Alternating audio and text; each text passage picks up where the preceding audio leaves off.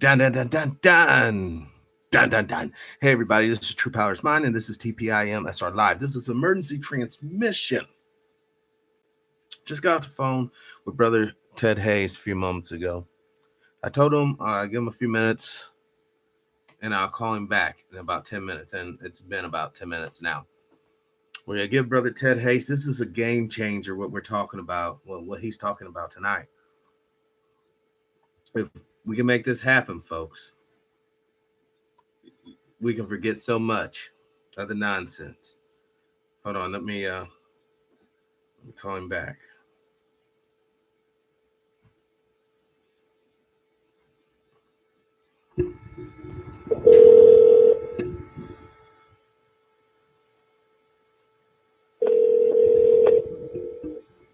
Yes, sir. Yes, sir, brother Ted. This is Patrick. We're online right now, actually live, and I already gave the prefaces to everybody. I just want to turn it over to you and explain what you were explaining to me on the phone just a few moments ago. Okay. Hey, Patrick, thank you very much for reaching back at me. I appreciate it because I know you have a great audience out there and some activists that need some real targets to hit. And I think I've got one for everybody to hit so we all can unite regardless of our political affiliation, whether we're Republican or Democrat, liberal, conservative, whether we light skin, dark skin, high yellow, jet black, blue, rich, poor, in prison, behind the pulpit, wherever you are. If you are a United States black citizen, this applies to you. And later in the conversation, I'll come back and explain to you why I use the term black citizen in the United States of America. And this is all coming out of the Constitution. So, yeah, brother, thank you for calling me, man. Appreciate it, definitely. Yes, the spirit had me. It would just move me to reach out to you. I'm so glad because I actually, folks, I wanted to bring brother Ted on later on this week to discuss the homeless thing because we had him on the show previously. But what we were talking about tonight, I think is the real reason why he's needed to come on. This 14th Amendment thing, breaking it down and actually getting it into the discussion because it's going to happen, folks. It's going to happen. Teach, Patrick. Teach. Hey, now, man, go ahead, brother. Now, can we could you break down the process? Sure. What needs to happen? Let me say this. Homelessness, which is becoming a major issue in this country. In fact, it's on the president's mind all the time now. And in fact, I was just talking with the White House this morning about that. I finally, since the last time you and I talked, Patrick, as you remember, I was trying to get back channels into the White House and talk with the president and people and so forth and so on. Well, since you and I talked in the last several months, my name came up in a White House conversation, high-level conversation. And because remember the president sent his staff out here to L.A., the National Capital of Homelessness, to investigate what's going on. Well, my name, that group, and they gave me a call, and we talked on the phone and said, well, look, we want to speak with you. So when I was in D.C. the last while back, I happened to be out there, and I met with them at the White House and with my team of guys here from L.A. and different parts of the country. And since that time, we have been in conversations almost daily or regularly when we need to be with the White House. We can get them, get them on the phone, pick up the phone and call them, and they'll pick up, talk with us about whatever it is. And so we're building a model housing concept for the president, and we're also developing a national strategy that will not be just for this president, for all presidents in the United States from now on. Now, in that conversation, I have been injecting the fact that and when it comes to homelessness, y'all, we black citizens, i.e. the descendants of the chattel slaves, we're only maybe 12% of the general population, yet nationwide, we are over 60% of the homeless population, particularly in urban centers where most of us dwell. There it is. LA is an example. In LA County and City, we are 8% and 9% of each respectively. Yet of each, we are over 40% of the homeless population. Did you hear me? Wow. We are 8 and 9% of the general population, Valley City and County. Yet, as homeless, we are over 40% of the population. And that's what they can count. And then on Skid Row, which is the epicenter of American homelessness, 90% of the people, go on Google search and you look at Skid Row, you see all them blue tents and whatnot down there on tents. Yep. 90% of those folks are black men. Half of them on parole. Now, we got a serious civil rights issue here. I tell people, this is a fact. Now, Maxine Waters, who was one of my early mentors 35 years ago, she said, homelessness is the ultimate statement of what is wrong in society. And boy, did she nail that right. Right. So therefore, dropping down to the next level, when you see black homelessness, as it were, that is the ultimate statement of the lack of the enforcement of the 14th Amendment. Correct. And is also for the ultimate statement of 400 years of unrequited injustice. That is the ultimate statement. Yes. When you see young black men walking around with the pants sagging off your asses, that is the ultimate statement. It's one of the ultimate statements of 400 years of unrequited injustice. The brothers killing each other in Chicago, and in Baltimore, Atlanta, wherever. That is the ultimate statement of 400 years of unrequited injustice. Now, in 1865 and 1866, the Republican legislators after the Civil War who understood that 245 years of chattel slavery, where people are born chattels, living human property, and die living human property, and your children are born as living human property, they recognize that's going to have psychological, emotional, civically, social, and political devastation upon the future generations if something is not put in place, a law that will give these people power to save themselves.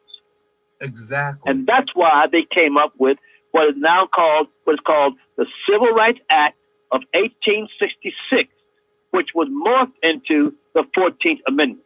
That is the most powerful law in the Constitution right now, speaking relatively. That gives makes the descendants of the slaves, black citizens, as a body politic of we the people, the most powerful people in the United States, even more powerful than Jews. But we have to exercise this power. We have to be aware of this power, Ted. First of all, we got to be aware. Then once we are aware, we've got to learn it. And once we learn it, we have to be able to apply it. Yes. And see, folks, people say, well, how come this has been hidden? Well, it's not quite been hidden. It's been in front of us ever since 1865. What it is, folks, is when they gave us this law now back in 1866 and 1868, you got to remember something. 99% of us did not know how to read. Did you hear me? We were illiterate. We did not know how to read. So what happened during that time was the Republicans, white Republicans, came down south, other places, and they began to build schoolhouses to begin to teach the ex-slaves how to read. Those so government the Democrats, schoolhouses. I'm sorry? Those government schoolhouses.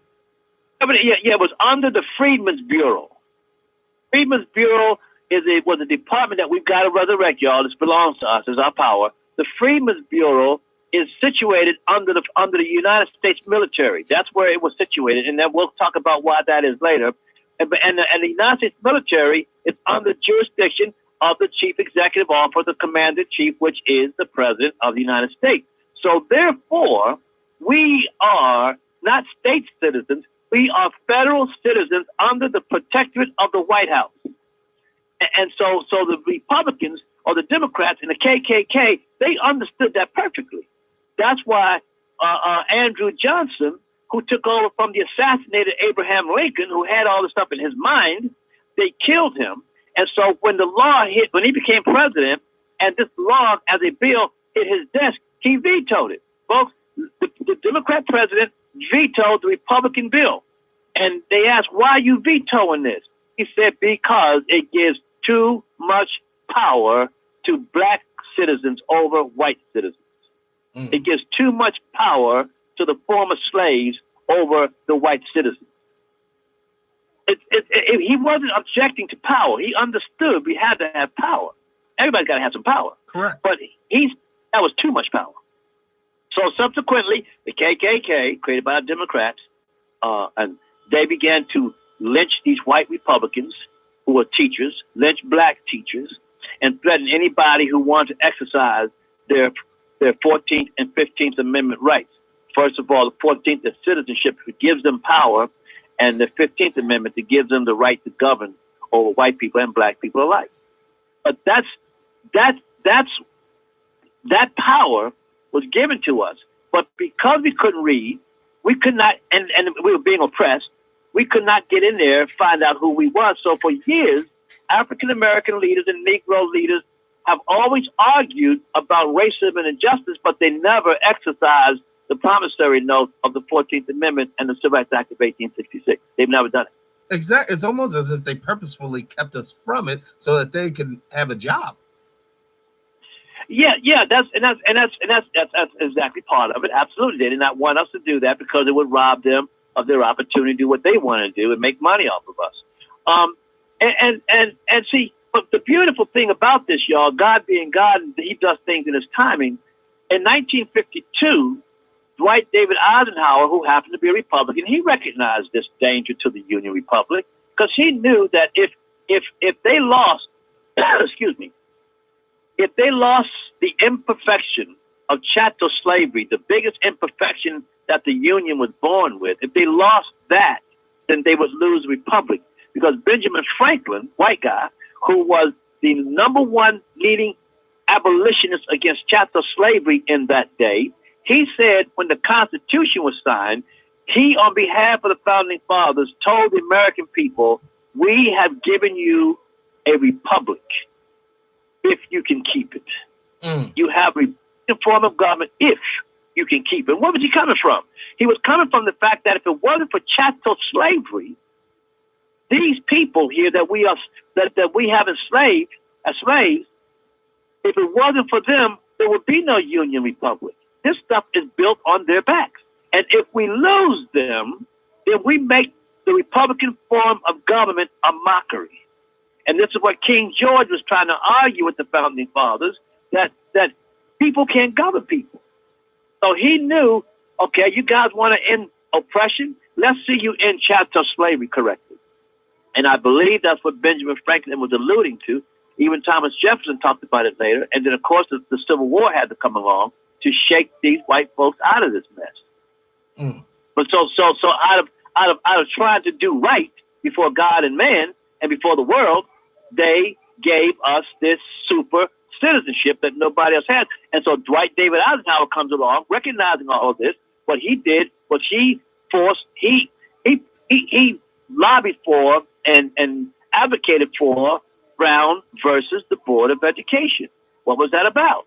It was about black citizens learning to read by having an equal opportunity to education as white kids did. And then in 1957, when the governor of Arkansas refused to let black students come into Central High School in Little Rock, Arkansas, this white president, Republican, then the United States military locked and loaded white guys telling white people, if you try to stop these black people from going in here getting some education so they can know who they are in the Constitution, we will shoot you down. That's how serious it was. That's very powerful. That's how serious our awakening is to this nation. And then years later, John Kennedy did that with the universities when he sent the military down there on George Wallace. Why are they doing this? Because they know that if we black folks don't ever wake up and read in the Constitution who we are, the Republic will be lost. And that's what I try to stress on the show, the importance of a republic, but more importantly, the way the republic is administered to the citizen. We do not want to be locked into a democracy. See, on this show, a democracy is two racist men and one black guy voting on who's going to do the crap work. That's exactly correct. Now we have to It's oh, go ahead. please. We have to get to this ideal that a republic shields you from the KKK. They can be all the judges and whatever they want, but the moment that they impede on your privilege as a citizen and your rights, that's when the hammer comes down on them. That's why a lot of racist individuals are so scared of being identified, because they know legally they're in the wrong, morally they're in the wrong, ethically they're in the wrong, and most of them know that they're in the wrong. I know the high levels of the Democratic Party and the high levels of the socialist element in our country. They know that they're wrong, and they're hoping to God we don't wake up. And that's why they hate Donald Trump so much. Not because he's brash and all that kind of mess. They knew Donald Trump. Yeah, all hung out with Donald Trump. Come on. And Jeffrey Epstein, they got mad at Donald Trump because he snitched on him. Okay. Two, he said, which got my attention, y'all. He said, I'm going to build a wall to stop illegal immigration. Why? Because illegal immigration hurts black people more than anybody else. Donald Trump said that, y'all. You don't know that, did you? Donald Trump said illegal immigration hurts black people, or what he called African Americans, which I can't stand that term. But he said African Americans more than anybody else. And then to top it off, that pissed him off right there, because see, the Democrats, hearing them, have planned on opening up them borders and let everybody run up in here. Barack Obama, that's what he was planning. That's why he did that thing. He knew it was wrong. Them all run up over in here on top of us and eliminate us and render us to the vote, to the numbers, render us politically inconsequential. Right. Which means we have no more protection. Which, if you follow that line of thinking, that leads to concentration camps and to genocide. Exactly. Okay, that's where we're headed. Don't be shocked about that, because it happened in Germany. It's happened in world history before. It can happen even in the United States. Remember, this was a nation that practiced with the Brits 245 years of chattel slavery. This is the very same nation that wiped out thousands of Native American nations. Right. All right. So there's a history of genocide. We don't call it genocide. We call it broken treaties or whatnot, but it's genocide. Genocide. Smallpox blankets. But give the man a break. Give the man a break. He recognized he's wrong. He knows he's wrong. And so he gave us black folks, upon whose back the nation is built, he gave us superpower. And the Civil Rights Act of 1866. Folks, I'm going to tell you something. When you read this and you go to my website, you go to the THE, digital 1, digital 4, TH.US, the 14th.US. You go there and you look at my material and you read that stuff. You study. You look at my videos. Also, you can go to my YouTube channel, to ADOS/ADOCS 14th Amendment promissory note. Okay, you go look me up on YouTube and you see all this stuff. But that law, y'all, in that law, there's 10 sections in the law. It's telling how black folks' citizenship is supposed to work. Out of those 10 laws, they address twice the district and circuit courts and the attorney general and the marshals. Twice it addresses United States military to back us up. Once it addresses the Supreme Court to back us up. And then there's 2 of them, 6 and 7, has to do with some basic just house cleaning stuff. But 3 times the President of the United States is ordered to take care of us. 3 times. We're the only people in the United States, provided we have ourselves organized into a we the people party politics, we're the only people who could tell the President what he can and should not do on our behalf, or else. We're the only people who can do that. And none of our leaders tell us this. This is what's so infuriating, brother, that none of the so-called leaders tell us this.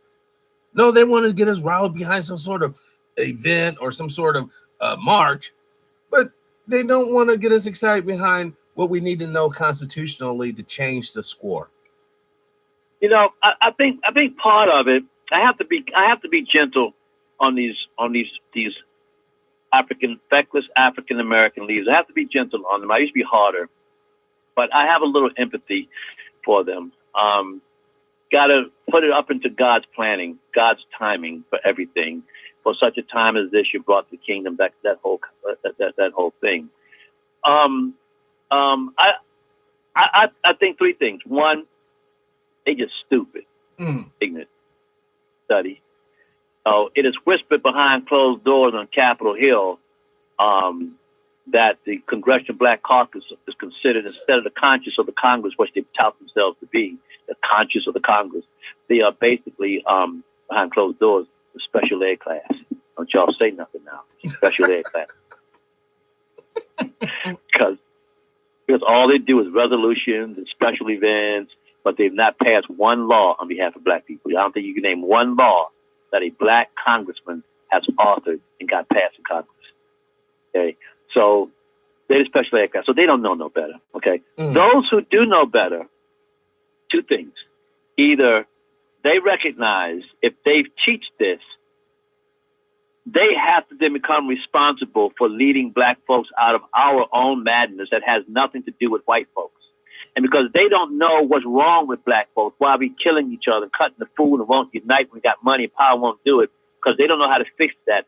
They would rather keep blaming the white man, so that keeps them in power and keeps them living good off of our suffering. The other part of that, folks, is this, that those who do know, they may be scared to say something for fear of assassination, for fear of being harassed by the government or some entity out there that they have frightened. They're afraid that maybe they'll lose their privileges with the Democratic Party.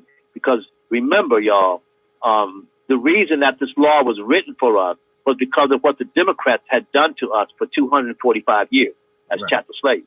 Remember, it was the Democrats who went to war with the federal government to maintain slavery.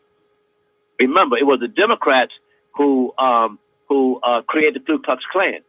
Naturally, playing all that stuff. So naturally, an African American Congressional Black Caucus member who was a Democrat to teach this put bad light, because people ask, well, why do we have this and what's the root of it? Well, guess who gets exposed? So they figure, you know what?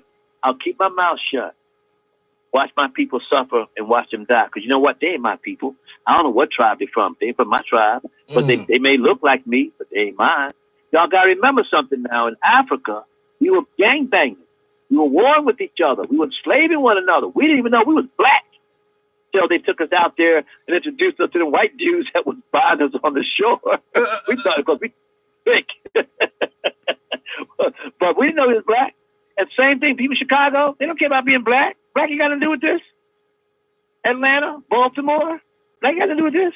No, it's the war of attrition. It's the war of when you're in a state of poverty, systemic and by design, you're going to get these consequences of dysfunctional households, drug abuse, suicidal tendencies, whether it be by your brother or, purposefully go out there and make a drug deal, purposefully welch on the deal, and purposefully get shot the fuck up. That's what happens. Yeah.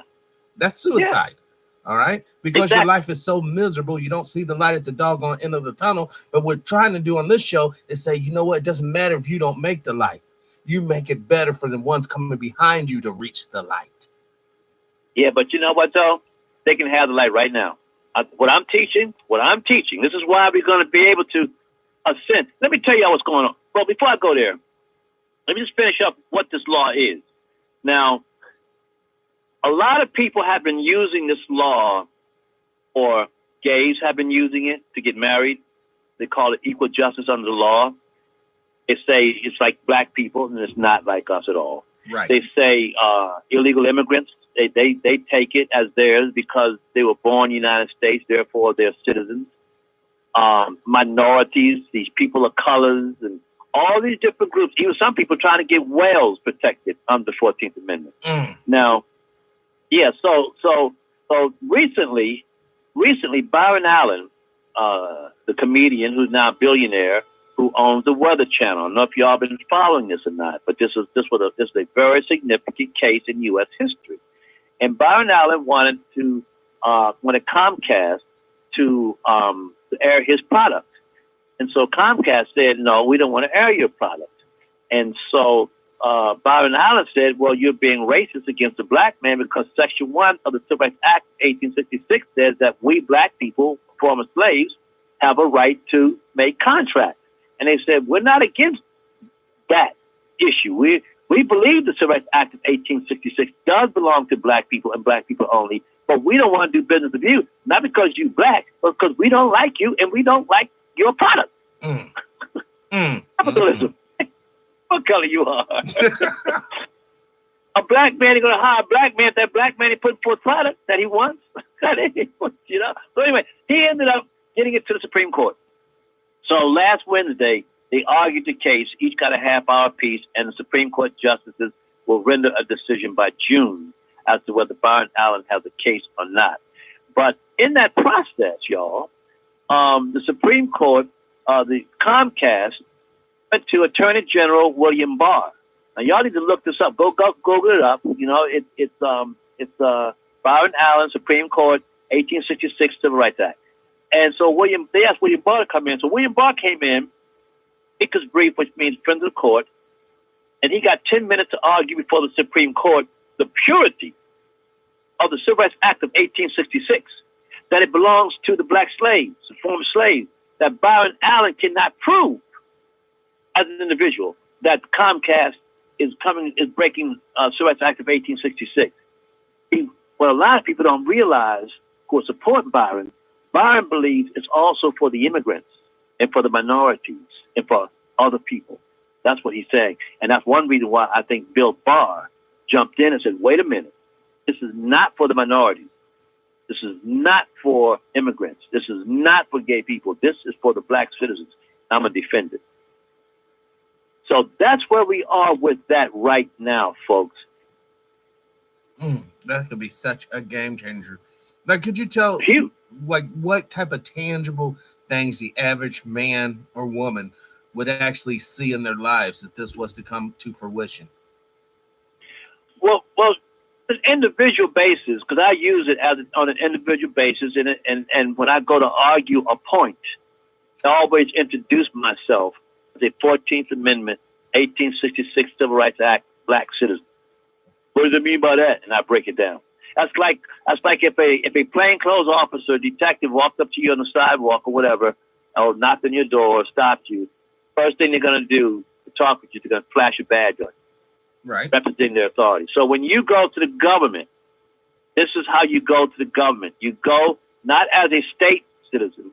You go as a federal citizen, as a quote-unquote de facto resident of the White House of 1600 Pennsylvania Avenue. You are speaking the backing of the President of the United States and the United States military and Supreme Court. That is who you are. That moves things. Also, it makes you feel better about who you are as a black person. We have a problem with schizophrenia. We run from being African American, colored, Negro. We don't know who the frick we are. Well, in the United States, you are a 14th Amendment, 1866 Civil Rights Act, black citizen. That's who you are. The nation, the republic, is built on the back of your ancestors. You have been given special power because of the suffering of your ancestors. And on top of that, the suffering of 740,000 innocent young white boys and men and 38,000 blacks as such who died in the Civil War because of, over, and for us. That is the high moral ground of this nation. And you have all of that in you. The people that I've been sharing this with here in LA, in different parts of the country, when I share it with them, they go, wow. And you can actually see the expressions on their faces. You can see their mind, a transformation. Yes. Suddenly they begin to realize, yeah, I'm damn important. Yes, you are. But don't be going out here killing each other, killing your brother. You have a great inheritance in front of you. You can realize that light right now. Now, but here's the other part, though. It really works. It's when we pull together, according to the Constitution, we the people, United States. So if we put together a strong body politic of black citizens, then this and get almost any doggone thing we want, from reparations, whatever it is, to whatever you want, we can get it. But we got to be intelligent about it. That's why they wanted us to learn to read, that we can comprehend what we read and how we can also interpret the time in which we live in so that we can apply the law to our salvation. Because it'd be pretty silly right now trying to get 40 acres and a mule if you have no farming experience. Not me, I could work the land and be just fine. But the average person, probably not so well. So, in that No. respect, you would need some sort of, I don't know, social safety net package. Something. Well, what we're doing, what's going on right now, is we are negotiating, whether you know it or not, whether they know it or not, we are negotiating with the White House right now reparations and with the DOJ. We are negotiating. We're not using those words. We are negotiating that because what all reparations is, it's not about money, y'all. It's not about land. Reparations is about repairing damages. And the first damage that has to be repaired, the wound in our souls. That's the first thing that's got to happen. And as that is being repaired, I'm going to show you that through the homeless struggle, we're going to get all the land we want in this country. We're going to get all the resources we want in this country. Everything that we need, but we have to do it as a collective body. We can't do it as individuals. You see, and so now let me build on something real quick. This is what we're doing right now, and you can be a part of it. And I'm inviting you to be a part of it. I cannot tell you specific details and names right now, but I can tell you what's coming January the 15th and the 16th of 2020, 5 days before the national holiday of Martin Luther King. On the 15th, Martin Luther King's birthday, there's a congressman and congressmen and women that I'm organizing and working with, negotiating with. I can't tell you the names right now, but there's one particular congressman who's going to sponsor me to have a conference on Capitol Hill, and it's titled Cashing the Promissory Note Expose Conference, where I and two other brothers are going to teach and expound and expose what this law is. We're inviting everybody in Congress to be there, all races and ethnicities, all the immigrants are welcome to attend, even illegal immigrants. If they want to come, they're all welcome to be there because it's not going to be about them. It's going to be about us. But we want them to witness our awakening. We want them to witness our new birth of freedom. The second day, once we do that, on the second day, God willing, weather permitting, we're going to walk from the steps of the Supreme Court across the street, take to the Capitol building, onto the legislative floor where 155 years ago, white people, primarily congressional Republicans, legislated national birth certificate or national citizenship, which is the 14th Amendment, which is the offspring of the Civil Rights Act of 1866. We're going to celebrate that, y'all. It'll be the first time in the history of the United States Black people have officially, conscientiously, willingly embraced that which is ours. And we're going to ask everybody to rejoice with us, the people upon whose back this wonderful nation of immigrants is built. Now, if the immigrants come up to us, or the gays, or the people of color, or the minority, yeah, that's great, man, but what about us? Get some of that? Well, my birth certificate. You want to take my birth certificate? Did you come on the slave ship? Are you? Do you see yourself anywhere in this law as an immigrant, homosexual, or as a minority, people of color? Can you show me that? Lord, you can't show that. You need to something else. But we're not here to knock you, to let you know that the baby has awakened and has come home to his house. This is our house. In fact, our ancestors have told us we all had. Okay. I gotta watch my attitude. I'm working on it, brother. But see, so I need you. And again, I can't tell you who's sponsoring right now because we're still. Actually, brother, you got a scoop.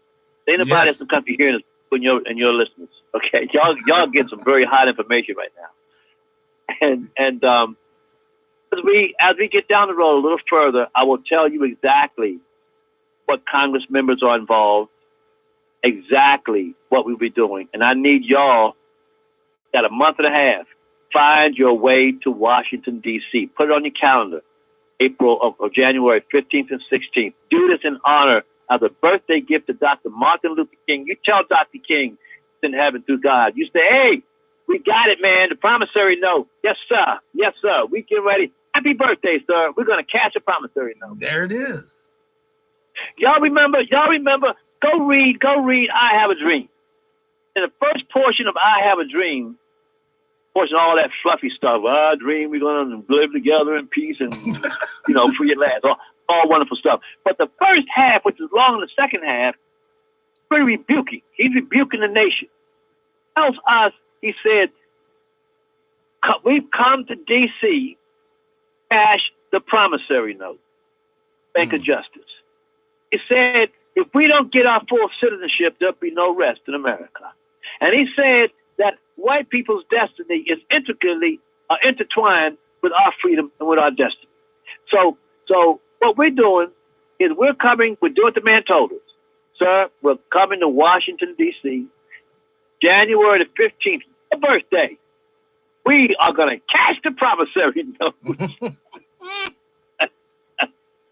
Who can stand against that, brother, sisters? Who can assail that? Get your head up.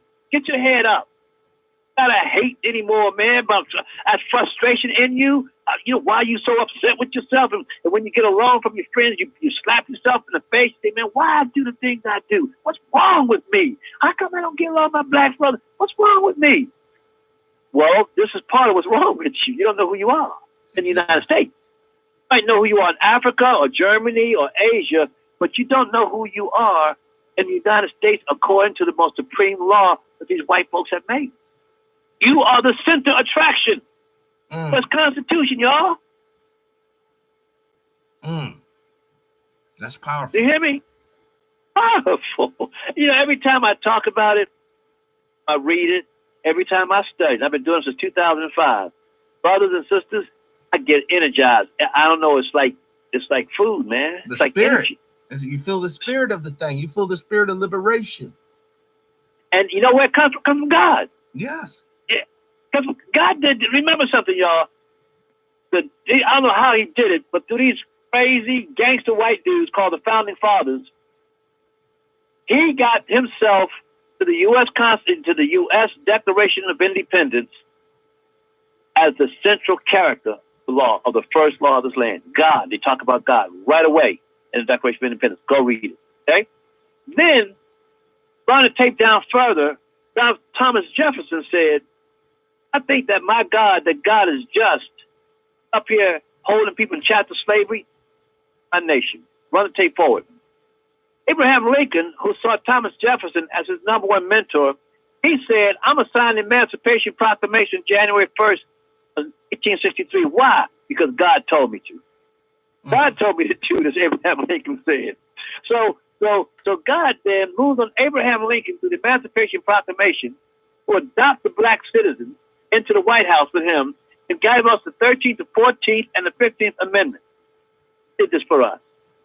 And then Grant put together the anti-Ku Klux Klan law.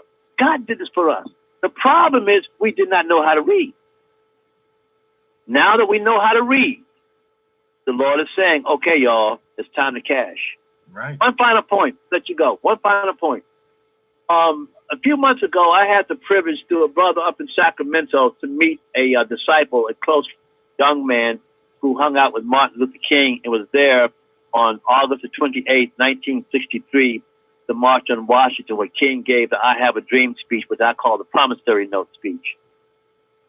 And so I said to him, because we're planning on doing a nationwide campaign. This event is coming up on the 15th of a nationwide campaign to make sure every black person know about this law. But except rejected is irrelevant. What they need to know. And I was telling him, I would like to have your endorsement, sir. And he said, you got it. And I said, well, can I ask you a question? Yes.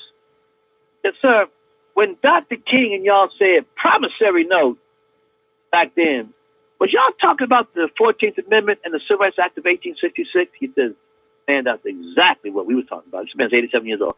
No, man, that's exactly what we were talking about. He said, we just did not know how to go further with it. And I said, such things as mysterious ways maybe he was saving it for a time such as this. We have all this homelessness, black people in a very, very, very bad state, and being in chattel slavery, that maybe we had to get so fed up that now was the time, this urgency of a message. He said, you got it. He passed away. But his daughter, who I'm in touch with, is going to verify that this disciple of Martin Luther King said the promissory note has to do with the 14th Amendment and the Civil Rights Act of 1866. Wow, it's coming full circle, brother. Can't you see it? It's finally coming full circle. Finally coming full circle, ain't it? Mm-hmm. But it takes work. And that's, sorry? But it takes work. We can't just, now that we are aware of this information, we can't just let it go. We got to get energized and tell others. Spread it like the gospel. Share the good news of liberation. That's what it is, brother. And God gave us that. Those of us who say that we believe in Yeshua, Jesus as our Lord and Savior, gave us a mind and a brain, put us believers with the power of the Holy Spirit in a country like this. Why? Because where sin did abound, grace did much more abound. He wants us, as his children, to do justice on the earth as a preparation for the second coming. He said, the kingdom of God is at hand, didn't he? And then he said, repent, forth fruit, eat for repentance. Do something. Yes. That lets people know the kingdom is coming. Don't run up at the mouth about it. Do something. What he has done. Put this situation of homelessness, what Jesus himself said, or he was crucified. The last public speech was, he said, when you or haven't done it to the least of one of these, my brethren, you have or have not done it to me. Go out into the highways and the byways and the alleys and the lanes of the street and compel them, the good and the bad, the halt, the blind, the sick, tell them to come into my house. In other words, take them by the arm, walk them into my house. Don't ask them, just go get them, bring them in my house. Forget about all this free will stuff. Just go tell them, hey, Lord wants you in his house. Come on, man, let's go. We're going to do justice. Come on, let's go. Get in the car. Conway West. Look at Conway West. Look at Conway West. That's a sign. To me, that's a sign. That's a sign. I don't understand everything he's doing, but you know what? He ain't doing no bad.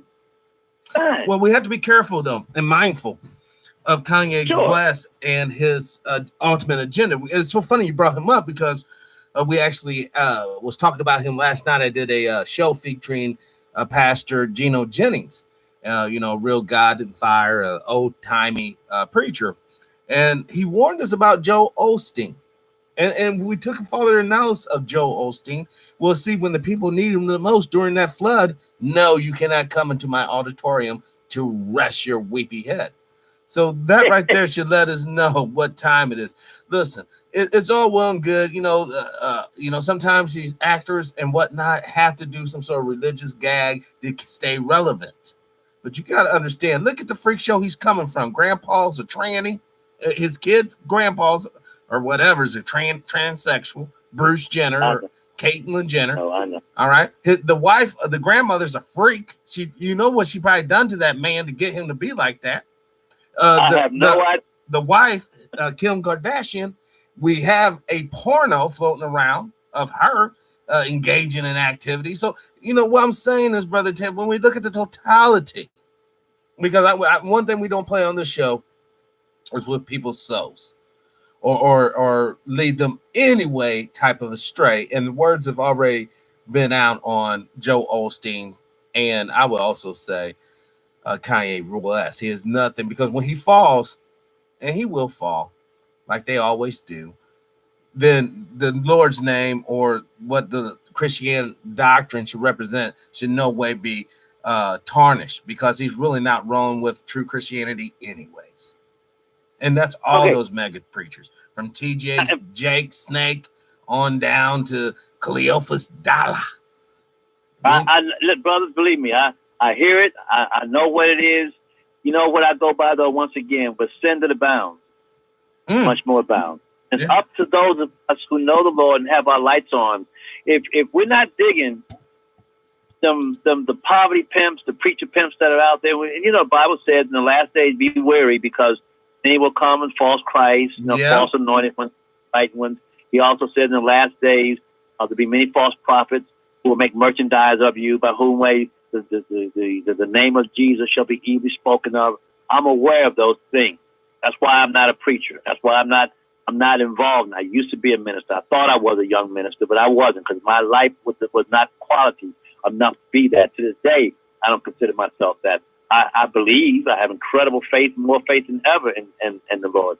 And I quit going to churches. Some wolves up in it. Well, they're social clubs is what they are. And every Sunday is preacher in the choir show. Okay. And everybody come in for the fashion show. So I know the deal. And so, and I got from behind the pulpit because I knew I was not qualified to be behind the pulpit. And I knew all the other people behind the pulpit was not qualified. So I got myself out from behind the pulpit. That's why to this day, if I'm invited to churches to speak, I will not stand in the pulpit. I'll stand on the floor and just talk, but I'm right, as a layman, as a common person. Right, I get you. And so consequently though, I've got to somehow the Lord's Spirit got to them fathers who are a bunch of gangsters and slave owners. Dude, somehow he did that. It's her Holy Spirit. It's God's. Listen, the fate of us was going to happen, whether we want to accept it or not. Now, I'm saying we need to wake up for self-preservation reasons to avoid the genocide and carnage to come. Because we keep on going down the character assassination road, it's not going to be no difficulty for someone to take your ass and throw you on a train and off to the concentration camp you go, because your image is destroyed. And that's why I believe he has sent this message about the 14th Amendment and the Civil Rights Act of 1866.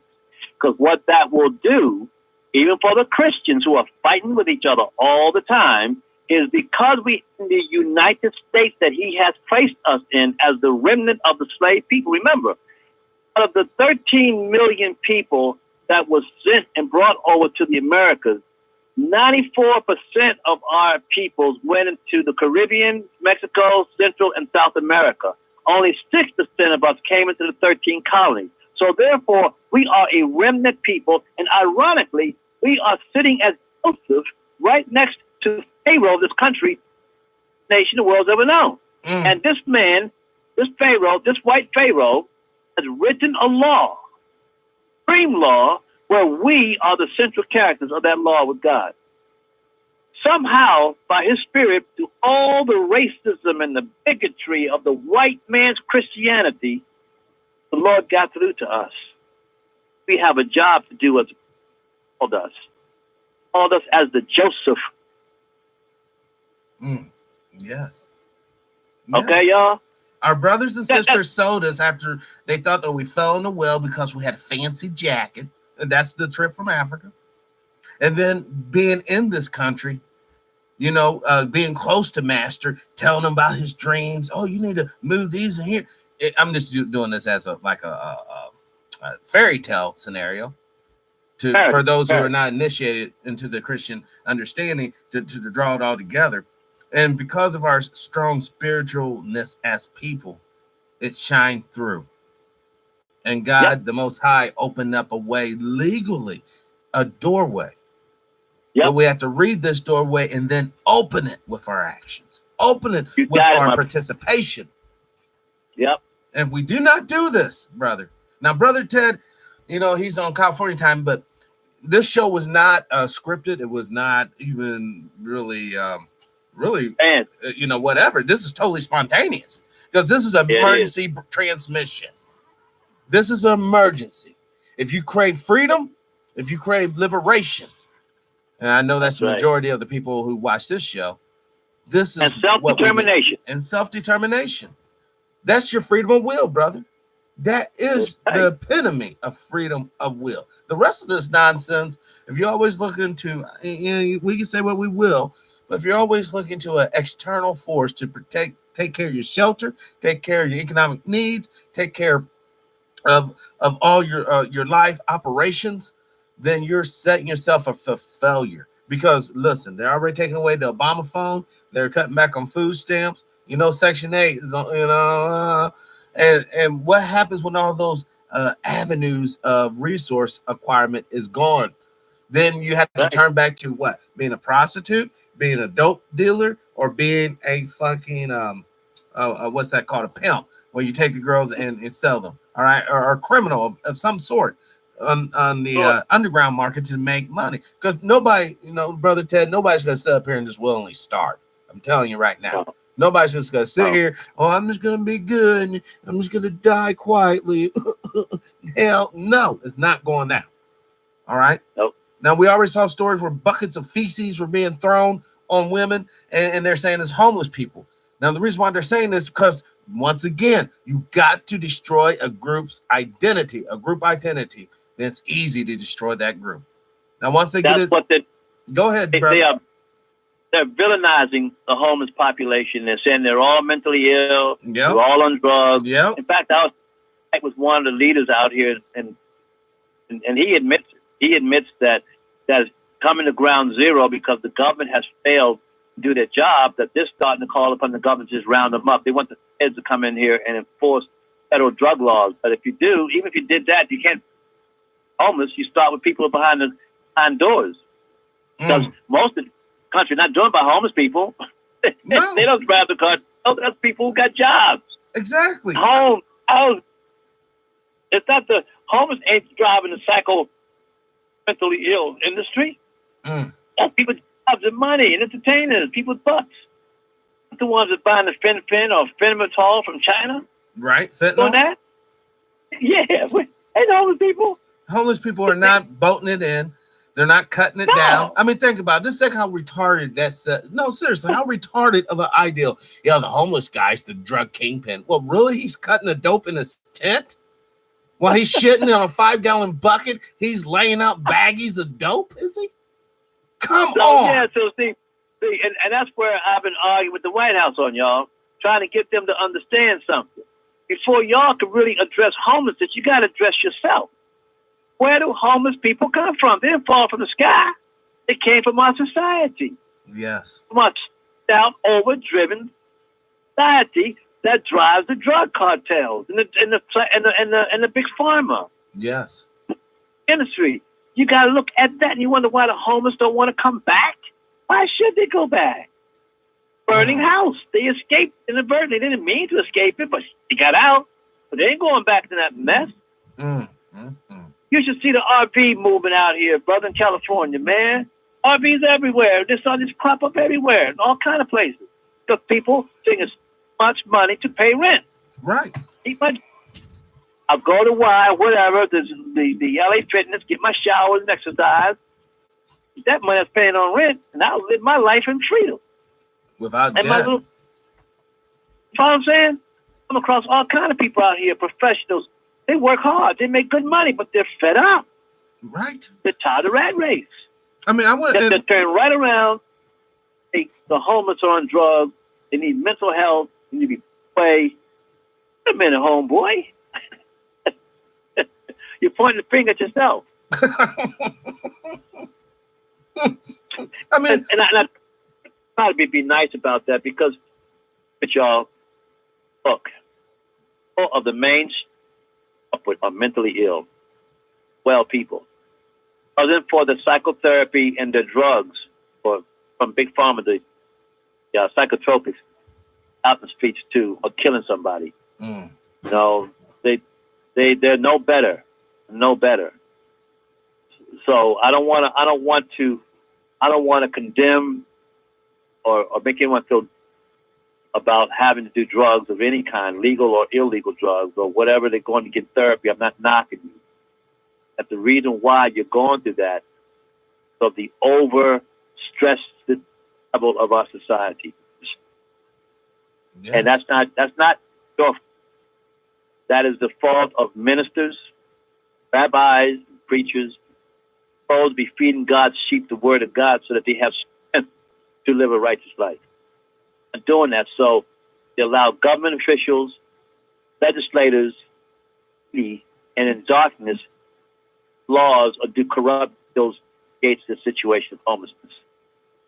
You follow what I'm saying? Man, that's incredible. And I'm going to tell the president that when I finally sit down with him, I said, sir, it's one thing for you to execute the law, thing for you to build housing and shelter and create gainful employment for people. Not do it alone. Period. And you've got to call all the ministers in house, all of them, priests, them, Cyrus. You got to tell them, you need to start feeding your people the word of God. I'm not the preacher here. You guys say you know God, know the word of God, then I'm expecting you to start feeding these people, because your failure is putting me in a position where I've got to execute the law, and I don't want to do that. Wow. You got to tell him that, man. If he said that God sent him, okay, dude, I'm telling you, sir, that God has sent you acting like God's servant, and you tell and the prophets and the ministers and the teachers what they need to do to clean up their parishes and their communities. Otherwise, you've got to do the work, putting people in jail and running folks out the country and carrying on, making you look like a racist. You know what would be awesome? I know that this would be like very low on your agenda, honestly. You know, I have to throw it out here while I got you on the phone. Is if when you're sitting across from the president, you look President Trump right in his eyes and it's like, you know what, President? I know this young fella in Missouri that has a great show, and he would love to interview you by phone, of course. And you slide him my, cell phone number. You got my number and everything. Tell him Patrick Weaver would love to have you on the show. Give him my real name or whatever. And if he was to come on the show, this will blow the show up to such a catastrophic level.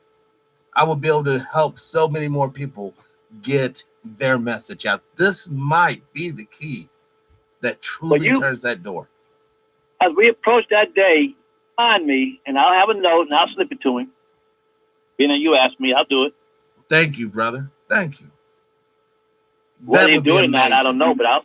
Hey, he might be such a wild card. You know what? I'll give this kid a shot from Missouri. I'll check out his show. It'd be terrific. And it would be. It'll hit all the news. It would be incredible. I mean, it would be something terribly unique, terribly unscripted. Well, let me tell all y'all listeners, y'all need to put that up to the throne of God and talk with Heavenly Father and see what his business is on that. Okay, y'all do that. Yes. You'll tell Trump in the spirit. Put it in the spirit. See, I believe. I was raised in a household where, I was brought up Christian. But as an adult, there have been so many things in my life that I know that without God being in it, there's no way it would have went down. There's no way I would have came through. There's no way people would have got up out of that hospital bed. I've seen this with my own eyes. That's right. Man, folks, fine, but look here. Remember now, go to the 14th. Look up, see that information. My phone number's on there. Phone number, my email is on there. Got questions, feel free to be anytime, and we'll chat about it. Okay? Yes. But arm yourself with the AK 14th Amendment. AK 14th. Okay. I love it. We can ready to do it, y'all. And don't forget now, February 15th and 16th, give Dr. King a good birthday present. Yes. And give ourselves a good birthday present. Give ourselves a great birthday. We should do that. Oh, this is going to be an exciting time. We live in exciting times, brother. Yes, we do. And God sent us times such as this. Sent us to the kingdom for a time such as this. Okay? Okay. All right. Hey, Patrick, thank you very much for and tell your big brother I said, hey. Hey. I will, sir. All right. Bless y'all. Looking forward to seeing you, brother. All right, brother. Seeing y'all on the 16th as we celebrate our birthday. Happy birthday also to Dr. Martin Luther King. No. All right? All right. All right, there. Blessings. Bye. Peace. Wow, what an amazing scoop, y'all. Like I was just talking to Brother Ted tonight, and I mean, obviously, the phone call that we had here was a little bit censored. You know what I mean? But the overall gist was the same. All right. But the beautiful thing about it is we got a shot at doing something historical and truly revolutionary. Something that future generations will hold their head up proud to say, look, this is what my people achieved. This is what they overcame. And this is why I'm here. This is why I do what I do. Because you look towards CNN, Al Jazeera, all these other big outlets that bring you this type of information, they're not going to do it. That's why I want to thank all you people who hit me up on Patreon, hit me up on PalPay, hit me up on the super chat here, all that. Thank you, thank you, thank you. Because it got us to this point where we're at now. And the love that has been shown to this channel, to this show, by you, the viewer, you, the listener, has not gone unnoted. Heck, the NSA always tries to mess with the phone every time I have guests on, and now I'm just playing. But for me personally, as the host of TPIM SR Live, sincerely thank you. Thank you, thank you, thank you. Without you, the show would be a lot less popular and a lot less interesting because you guys have shared so much. So many of the guests have come on because of you guys. Because, hey, True, check this person out. Here's a link, brother. You need to get this person on the show. And I reach out to them and they come on the show. And that's because of you. Thank you. Thank you. Thank you. I'm honored and I'm humbled. Oh, come on. This thing needs to shut up for a second. Powering off. Now, I think we're basically at the hour mark. Yes, perfect. 102. Hour and 2 minutes. Can't beat this. I just want to say thank you for all the chatters and for everyone all over the world who's listening to the broadcast right now. Thank you, thank you, thank you. I ask you live your life with integrity without hate, envy, or greed. As always, brothers and sisters, I sincerely ask, please, let's try to be kinder to each other. Peace and power, unity and victory, dignity and respect, liberation. I'm out.